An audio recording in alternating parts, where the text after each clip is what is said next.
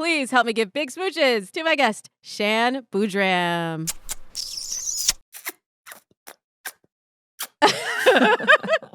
A kiss from Shan. That's worth $1 million. It's better than that, guys. That's not the kiss that I would have given, okay? It's just making fun of myself. Well, I'm glad I get to see you. You don't have to suffer my very steep driveway like the last time you were here on Dates and Mates. You remember? I do, but at the time I was driving a 5-speed car, and I don't know if I had met my husband at the time, but I actually started driving 5-speed cars to impress men. Specifically, I had like a boyfriend in high school whom he got a new car, and I was like, oh my gosh, maybe I can drive it. He's like, first of all, I would never let you do that. And second of all, you can't. It's a 5-speed. And then I made it my mission to learn how to do it. And then I found that men were really impressed by it. And then when I met my husband, he was like, why do you do this? This is so stupid. And then I was like, no, it's cool. He was like, no, like if you were driving around like a horse and buggy, I would not think that's cool. So he's like, move on. The times have updated. Get an automatic car. So now I have an automatic car. Your driveway would not be a problem for me. Yeah, you got to put that parking brake on. And now, what, girl? You got two car seats in the back, yes, right? 2 car seats in the back and a whole lot of other stuff. Some Cheerios, some socks, anything I can shove back there for them to play with, keep them quiet while I'm driving. So it's a little flea market back there. But I love that you've been giving advice in this space for so long, Shan. And I was really intrigued when I heard about your new show on Roku, The Marriage Pact. First of all, let's just give the audience a primer. What is a marriage pact? A marriage pact is an agreement that 2 people make to say that right now is not our time, but if we are still both single by this certain due date, we're going to actually try to do this thing. And so everybody who's on the show had written or verbally agreed to a marriage pact at some point in their relationship. Some people it happened at a bar, some people it was an intentional conversation, others at funerals. And everyone was close to their due date or at their actual due date. And now it was time we swear over here, right? You can. It was time to shit or get off the pot. You know what I mean? That's what my mama always That's said. what the show was essentially about, is putting these couples' feet to the fire to say that you agreed to this, you said by this date, you would act on it. Well, the date has come. Now, what do you want to do? And I think it was really important, one, to analyze slow love courtship, which, as we know, is such an emerging way that people connect. 2, the friendship to romantic partner path, which people also may be surprised to learn that about 37% of couples, especially when you take into account LGBTQ plus people, start off as platonic friends first. So we're not telling an uncommon story here. There's like an additional twist with the marriage pact, but the friends to lovers path is one that I don't think has been explored before on TV. So it was really, really interesting. It's funny. I've said this on the show before. My favorite rom-com is like an anti-rom-com. I love My Best Friend's Wedding, and it's kind of a marriage pact, right? Yeah, it's kind of a marriage pact because she has this friend and she kind of had him in her back pocket for all these years, and then finally she finds out he's getting married, and then it changes her. That's what happens. The situation changes when one of the variables change. So I was really curious in the show how it would play out, and I loved that you all put together couples with really different scenarios. Like there's we used to date and it wasn't the right time, as you were saying, and now we're still single. Maybe we should give it another shot.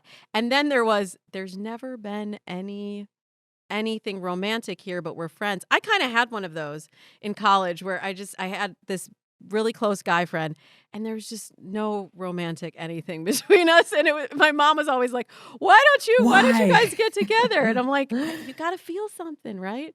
So I'm curious, having gone through this experience and without giving away spoilers, which scenario you think is more challenging in a marriage pact scenario? I think, and one of my favorite descriptions of the tent poles of a relationship, which of course everyone has their own formula for that, but a friend of mine who's a psychologist said that relationships, it's a stool, and the 4 pillars of that stool are shared values, shared long-term plans, attraction, and similar lifestyles. And He's like, attraction is the rocket that sets the stool into outer space, which makes no sense because stools don't fly. But Yes. attraction is as much as it is like it's an equal part, because a stool can survive with three, a stool can get by on two, a stool with just one is really just a peg leg, right? So it doesn't really work. But I think that when you don't have attraction, that's the piece, like that's the part of the stool that really just makes it very difficult, because now what makes this stool any different from like a platonic or a friendship stool? I mean, I have a great answer for that I think is important to acknowledge, but I do think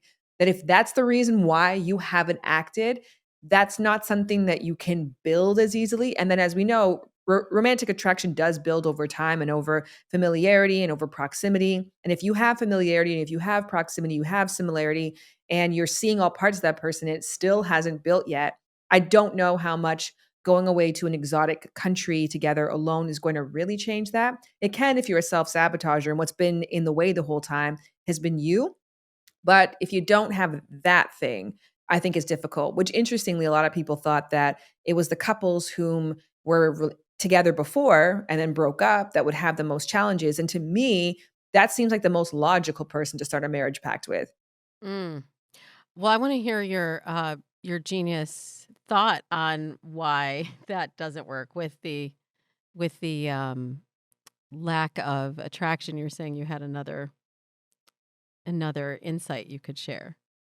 Well, I think it's just if that wasn't a problem, because we all decide in relationships what matters to us and what doesn't, right? So we're all making successions somewhere. I like hate the term settling because I don't know, it degrades humans in general. Do you hate the term settling, or do you also hate the term settling down? Oh, I love settling down. I say to my Mhm. 2.5-year old all the time, like, settle down. She's like, I don't want to settle down. Chill, relax, enjoy life. Settle down to me means like it's like mindfulness. Like if I'm settling down, like I'm in this moment. I'm grounding. I'm making a decision to like be happy with where I'm at. So I think settling down is cool. I think settling is like, okay, well, I could have gotten better, but I'm gonna settle for this. And then it's like, well, you're like putting people on this like weird like rating scale. So I don't like that. But I do like the idea of securing. And securing is wherein I have priorities for the kind of life that I want to live, and I'm securing that future. And I'm choosing this person because they align with what I overall envision to be a good life for me. And so this partnership is securing that. So I think that if romantic attraction wasn't that important to you, which is not that important to a lot of people, that spark, that like, oh, rip your clothes off. I need this from you. Like I masturbate to you, even though we've had sex so many times. Like if that thing didn't really matter to you, you guys would have been together, right? So you're kind of saying to yourself and like delaying the inevitable by being like, oh, if I'm still single in 7 years, then I'm just going to do it with this person. I know we could do it really, really well together. But if that's the reason why you didn't do it 7 years prior, the day that you said, I think that that's still going to be importance to you down the line. I kind of agree with what you just said. If you were going to do it, you probably would have already done it. And there were some situations on the show, like where couples were in different locations. And so sometimes there are just extenuating circumstances that mean you can't be together at that time. But the thing that really stuck with me is how people get really tied to our timelines and stories. And you were talking about the pillars. It's funny because I just uh, turned in my book that is Yes. coming out in the new year. Yay! And Congratulations. Oh, that's thank that you. book thing is heavy. Ooh, it was a lot. It's like my audience is tired of hearing about it, but it'll be out soon. But I talk about pillars in that, and my pillars are very similar to what you you suggested, or what your friend suggested. But interestingly, I don't include attraction in the piece because in the pillars, because I think the attraction is sort of that sort of base level. But I think we look at attraction, we put so much pressure on attraction. It has to look a certain way. And so the thing that I kept coming back to when I was watching the show was that timeline, those stories that we tell ourselves of what it's supposed to feel like, what it's supposed to look like, when it's supposed to happen. They keep so many of us stuck. And it's kind of arbitrary. Like, one couple's like, "What, by the time I'm 30 and by the time you're 35." And I'm like, "What is that number even?" Yeah, I think it's interesting. What 30 is we're supposed to have it all figured out But you then? could. I mean, I think the unfortunate truth is, like, I'm taking my master's right now, and I did a course in school psychology, and that whole premise is people who understand what circumstances allow people to learn. So by nature of that, like, it was a very forgiving course, and so the teacher was like, "There's recommended due dates, but it's due whenever you want, right? Like, it's whenever is clever. You don't have to like put any, as long as it's by the end of the semester." And sure enough, I handed in everything like the day before the last semester. And I was like, he was writing all these encouraging messages throughout, like, "Hey, Shan, you haven't really submitted anything. I know you can do it." And I was like, "You messed up. I'm sorry. You gave me the option to wait till the end. I'm just naturally going to procrastinate." And so I do think that there is some power to a date that forces us to grow up or to push ourselves in ways, because life is very full. And so I think like life is like sand, right? The second that you make some space, as soon as you move your hands, it's filled up with something else. So I do think for some people, self-sabotagers, I think that marriage pacts are really useful for them because it's forced them to get out of their own way and it's holding their feet to to the fire. And then also people who do have development to do. I mean, it's work, right? Like self-work is work. And so you might need a timeline of when it's time to really, man up or woman up or whatever term that you use, grow up so that you can enter into this agreement with this person that you could have something special for, at a version of yourself that you feel is deserving and is additive to that person's life. So I do think in a beautiful world, it's like we would all just be doing the work because it has to get done, and we would do it because we want to, and we would show up because it's important and we want to learn and we want to grow. But I don't know. If my school psychology course taught me anything, it's like I need deadlines. Force me. Force me or I'm not gonna get it done. It's true. People do need deadlines, and I talk about that a lot with my clients, like basically setting goals, because especially within in finding love, it can expand to fit the container that you give it. But I also feel like sometimes we put these arbitrary markers on ourselves, and then we think, if I haven't achieved this milestone by this time, then I should just give up, or then I should settle. And, I'm thinking about a client that I had she was married for like 6 months. She knew immediately, as soon as she said I do, that she had made a mistake. Oh, And she I was would in her hate 30s. to have that feeling. Oh my gosh, that's Yeah. awful. Sorry to your client. Yeah. Yeah. And it's, sometimes, when you know, and sometimes when you don't know, you know. Yeah. And sometimes when you don't know, you don't know. But she knew that that was not the right choice. And so she came to me, and I think she was like 35. She had frozen her eggs. She was looking for this person because she had a very real timeline of, I I want to be a mom, Yes. and there is not everybody can afford to freeze their eggs and expand the timeline. So she had a very real ticking clock, and because she was able to have that insurance policy, we could take the time to find the person. And she ended up finding the guy. She ended up thawing one of the eggs and popping it in the oven, and they have a beautiful daughter now.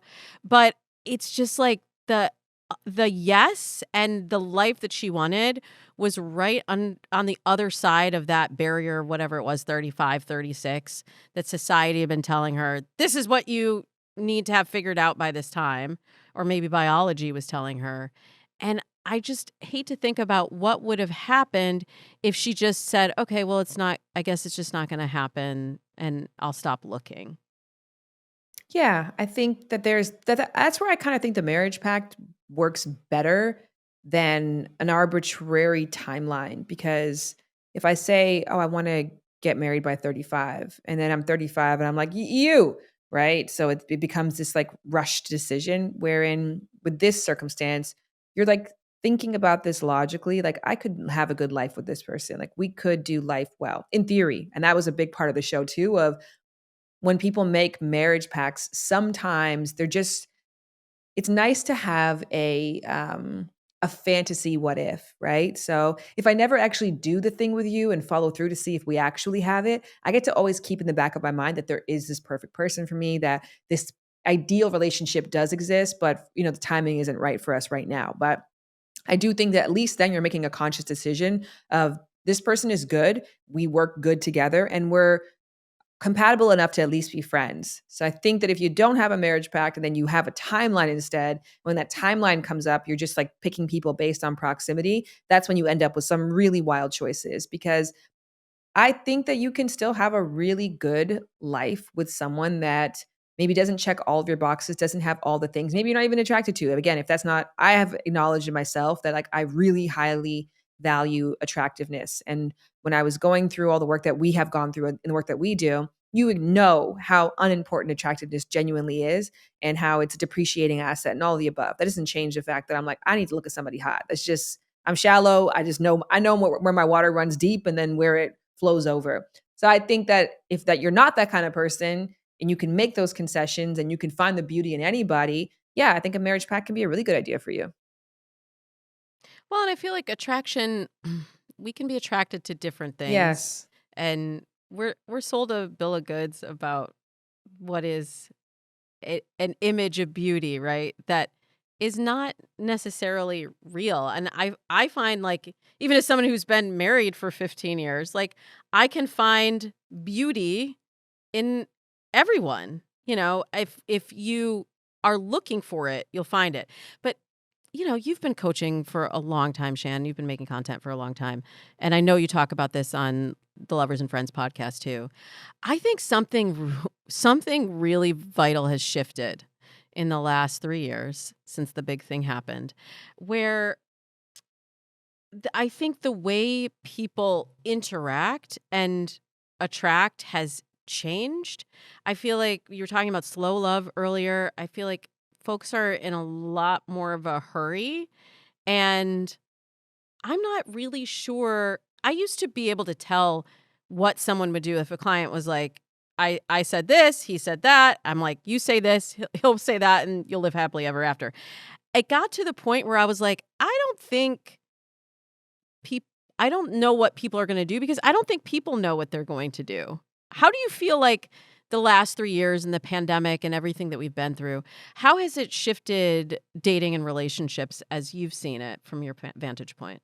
Yeah, that's interesting. I would love to hear more about the inside of people speeding up because I feel like it's been the opposite. And then in many cases, people even being less interested in even starting at all. So I work as Bumble sex and relationship expert too. So they have this 14,000 people global survey. And so some of the trends that they saw coming out of the pandemic were consciously single people, where it's like I wanna be single. I'm not single by circumstance. I'm not single waiting to be saved. Like, this is the best case scenario for me right now, and I enjoy it. So if you want me to partner with you, you gotta convince me that it's better than being by myself. Because I have learned through the pandemic and through these circumstances that I'm pretty good at being by myself and that I like this relationship. So, I think that has caused people to slow down. The prioritization on mental health and just kind of knowing when you feel like you're ready for it. I've heard this complaint a lot from women, which I don't know if you've heard as well, that a lot more men are interested in pen pals, not necessarily actually meeting up with people. And a lot of the times when we've dug through, I worked on an episode of Catfish, and that was a perfect example of that, where this woman, which was almost kind of weird because she had been talking to this guy for 6 months and he never wanted to meet up with her. And it turns out that he just wanted to talk online. And he wasn't a catfish. He was who he said he was, but for some mental health reasons that he was working through that he found out in light of the pandemic. He knew he wasn't ready to interact with people, but he still wanted company in a way that he had learned was not just safer for him, but also was possible for other people to do, which is like a socially distanced relationship. So I think that people, yeah, I think that a lot of the number one thing in general is that I think we had all these ideas around what life had to be, and we thought certain things could never change and would never change, or the world wouldn't function or wouldn't turn if this thing happened. And then all of a sudden, all those things that were so important were so malleable, just like that. And you're like, wow, I don't have to go to work 5 days a week. Like, I don't have to sit in this office, people I don't like and care about in an office chair that makes my back hurt. Drinking coffee that I really don't enjoy because that's the closest coffee shop to where I'm working. Like, that doesn't have to be that way. So I think that that notion gave people more of an architecture mindset when it came to dating, but not everybody knows how to build. So I think that might be the problem that you're looking at. Yeah, I think that was, as I saw it, the first maybe year and a half where people were like, oh, this is what's possible. And then I'm just starting to see now there's been, when I say a speed up, I mean, I think we're actually saying a similar thing where it's kind of like you're either to my level or thank you next. And so people aren't aren't taking as much time to figure out, well, could this person fit? If I don't have the attraction right away, it's just like, no. Or if there's one picture in the profile that is a turnoff, it's just immediately swipe left. And I I would have thought that the opposite would have happened and that we would be more open and that we would have taken more time to get to know each other. But I feel like it's and maybe it's what you're saying. It's that people have been more isolated and in that time have gotten to know themselves and are not willing to shift some of the things that they've learned to invite someone in, if it means changing the path that they've been on. Yes, I think that yeah, that disposability element I think is really, really high and rampant. Like even just like the buzzwords like toxic, right? Like, oh, that person's toxic, that person's trash, that person's narcissistic, like that person's a gaslighter. So these like really big labels to describe very complex, multidimensional individuals, and then the discarding of someone's character because you saw an example of something that will link back to a Bustle article that you read that says that you don't deserve to be around someone like that. So I do think, I mean, there was a really good article, I think, in Bustle that was talking about the problem with like the therapy generation. And you Yes. just read that one. So I think that that's kind of a part Mhm. of that element of things where people have entered into like their holier than thou. I think people grossly misunderstand boundaries and the different ways to implement them, the different purposes of boundaries. I think people got a hold of a particular brand of that and then like ran with it as like the number one way. And I think that that prevents people from making a lot of meaningful connections in general or just enjoying dating, right? Because if dating is a process of like seeing who's shitty and who's not. Like you just like work at like a waste facility, right? Like you're just sort pee, poop, clean water. You know what I mean? Like that doesn't seem like a fun job. What an analogy. Yeah.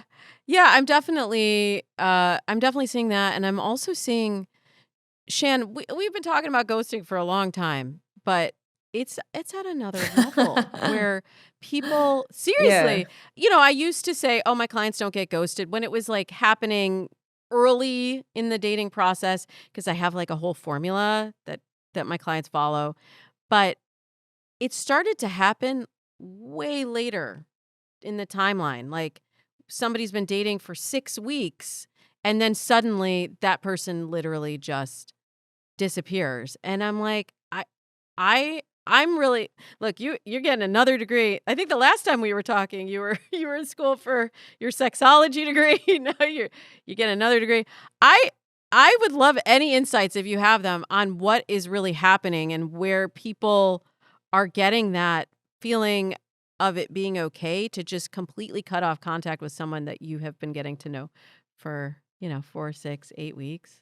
I think it kind of goes in hand with the speed up, right? So I think the culture of like boundaries and disposability and then the empowerment of therapy speak, which caused a lot of people to like diagnose and label people very rapidly. It, dehumanizes people a little bit, like, they're not worthy, Hmm. because let's be honest, it sucks, like, it really sucks to break up with people, it sucks to get dumped. I always am grateful to be on the other end of it, but it sucks. So, yeah, I think that if you can rationalize with yourself that that person's not deserving of a humane conversation and that they are not capable of having that conversation, and you can tell yourself that it's easier or better for you or healthier for you just to set a boundary and stop communicating, then you're going to do that. So I don't know. I wonder if those two things work together in tandem to create a culture where ghosting isn't just for avoidantly attached people and fuck boys and fuck girls, but it's also for the enlightened who just feel like that person is not even worth the effort. Hmm. Yeah, we do need a way to cope because I know a lot of my listeners are on the receiving end. Like they are conscious, they're doing the work, so they're taking care of their side of the street. That's what I always say. Like basically, that's all you can do is show up as a good communicator, be open-hearted, be willing to go on the journey and take the risk.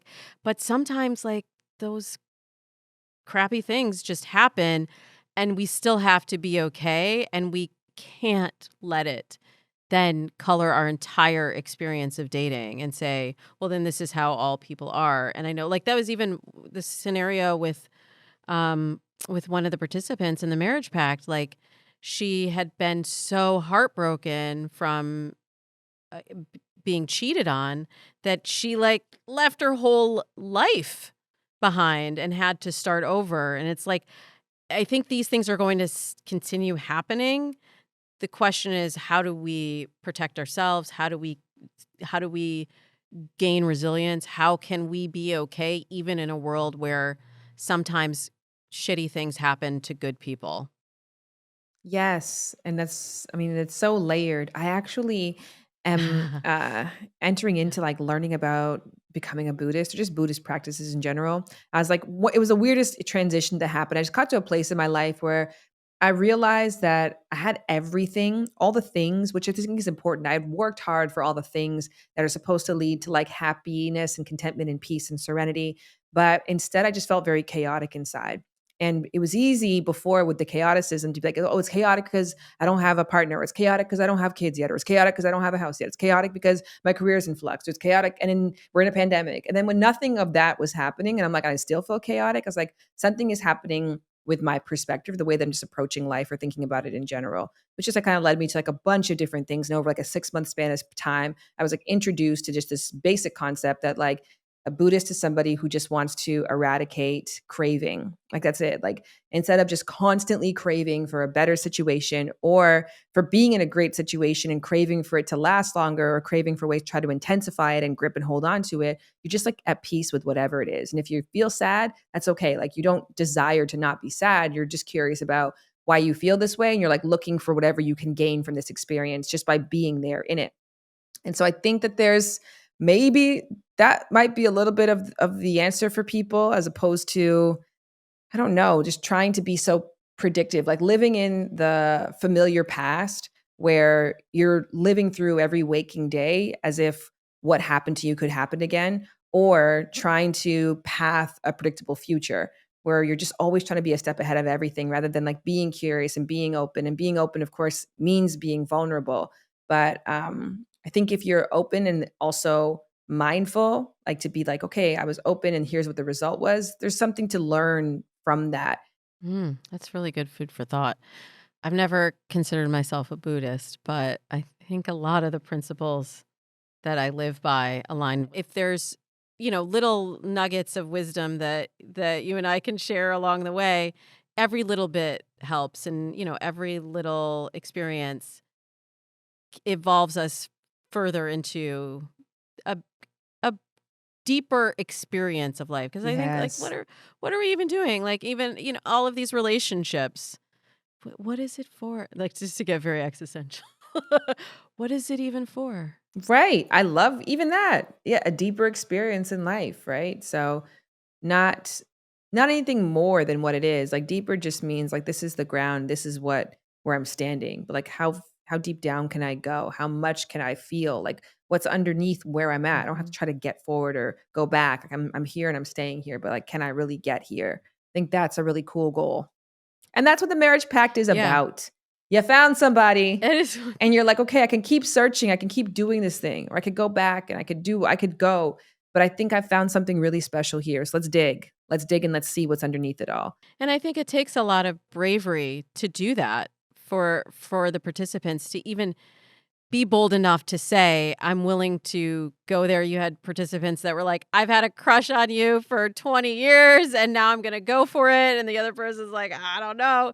It takes a lot of courage to go through that experience. But I hope that through this conversation and through watching the Marriage Pact, people are inspired to find that sense of play and sense of wonder and sense of exploration in their own lives. Because look, like you and I were just saying, we only get to do it once. And we're here now, so we might as well dive into it. What are we waiting for? Exactly. Our marriage pact due date to come up. That's what we're waiting for. That's what we're waiting for. Okay, dates and deadlines. Meditate, be in the moment, and listen to Lovers and Friends and watch the Marriage Pact on Roku. Oh, thank you for having me. Great to see you as well. Let's kiki about our kids afterwards.